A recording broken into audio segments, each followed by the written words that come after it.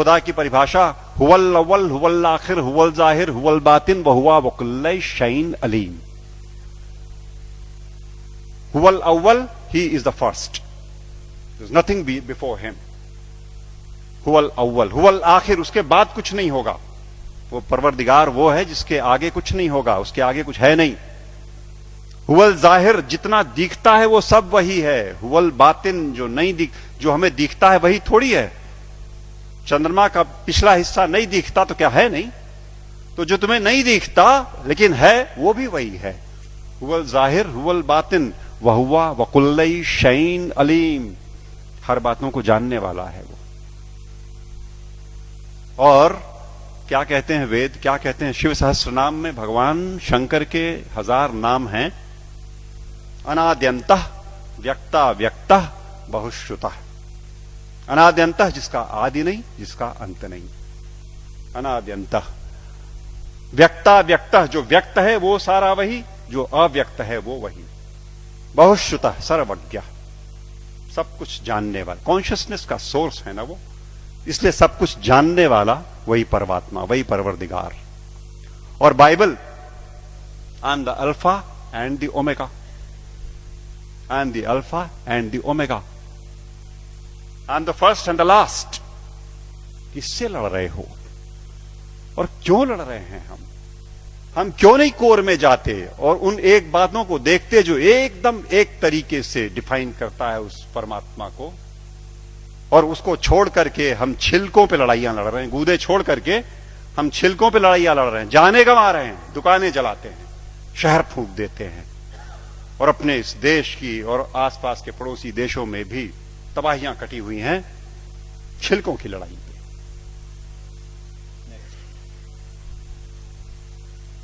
सूफी फकीर कहता है अन अल हक, ट्रांसलेटेड इट मीन्स अहम ब्रह्मास्मि, आई एम द सेम। अन अल हक, ये सूफी फकीर बोलते हैं। लेकिन हम हैं कि लड़ने से बाज नहीं आने वाले। हम हैं वो इसे नहीं सुनेंगे, न मानने को तैयार होंगे।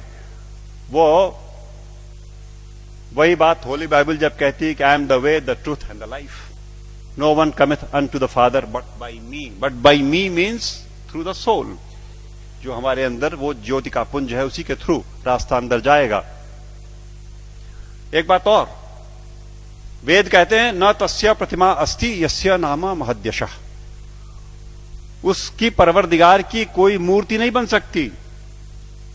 वेद कहते हैं, निराकार ब्रह्म को जब परिभाषित करते हैं तो कहते हैं न तस्य प्रतिमा अस्ति यस्य नामा महद्यशः। गुरु जी बैठे हुए हैं, कुछ अगर खोट हो तो टोक देंगे।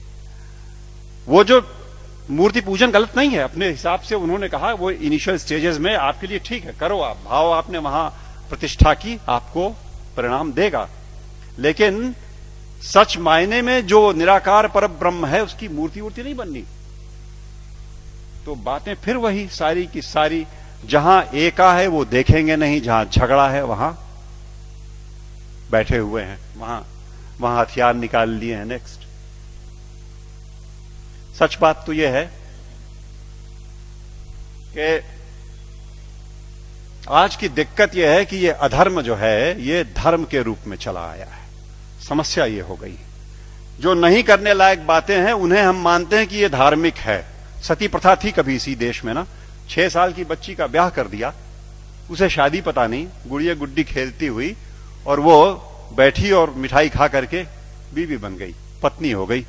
और बगल के गांव का लड़का 8 साल का किसी बीमारी में चला गया, अब ये सती हो गई। अब इसे चढ़ा दो किसी ढेर सारे लकड़ी के ढेर पे और लाठियों से पीट के और ढोल ढपाटे मचाते हुए सती कर दो। पागलपन। It was never a prescription of any of the religions that we have. लेकिन वो एक बार धर्म मान लिया लोगों ने तो अपनी बेटियों को जला दिया। दिक्कत तब है जब देश में अधर्म धर्म का लबादा ओढ़ के आता है, लड़ाई लंबी हो जाती है। हम उसे धर्म मानते हैं जो अधर्म है। अभी चल रहा है, मैंने कैंपेन किया जबलपुर में, एंटी क्रैकर कैंपेन। दिवाली पे मर्यादा पुरुषोत्तम भगवान राम के आगमन के नाम पे ये देश, विश्वनाथ जी, 6000 करोड़ रुपए का बारूद अपने आसमान में भरता है। 6,000 करोड़ का बारूद उस देश में जहां दिवाली के दिन करोड़ों के हाथ में एक बताशा नहीं और एक दिया नहीं। अधर्म।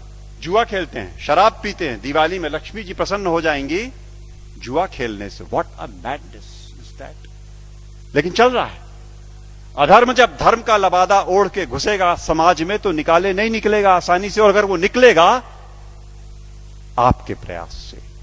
आप जगे हुए लोग हैं, आपके प्रयास से जाएगा। राह चलतों के प्रयास में से वो बात नहीं आनी, वो समझ ही नहीं सकते। या आप सुन तो रहे हो, आप शायद समझ भी जरूर रहे होगे। इस देश का एक बड़ा हिस्सा इन बातों को न सुन पाएगा न समझेगा। धैर्य नहीं उसके पास, समझ भी नहीं उसके पास। और आवश्यकता इस बात की है कि अधर्म जब धर्म का लबादा ओढ़ के आए तो पहचान के इग्नोर कर दो। लड़ाई नहीं लड़नी, आवश्यकता नहीं उससे लड़ाई की। It only needs to be ignored and probably that will do the trick next.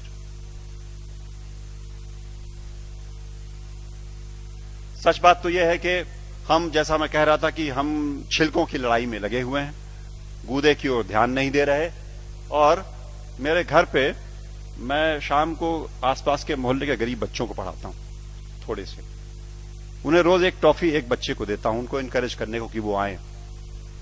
और वो अब जाके थमा है, कुछ दिनों पहले, वरना रोज का झगड़ा था। एक टॉफी लाल रैपर में, हरे रैपर में, पर्पल रैपर में। वो मुझे लाल चाहिए सर, मुझे हरी वाली चाहिए।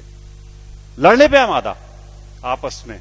और जिसे हरी मिल गई वो उछलता है, अंदर बिल्कुल एक चीज, लेकिन वो रैपरों की लड़ाई में परेशान। हमारा सारा देश आज इस धार्मिक रैपर की लड़ाई में गुथा हुआ।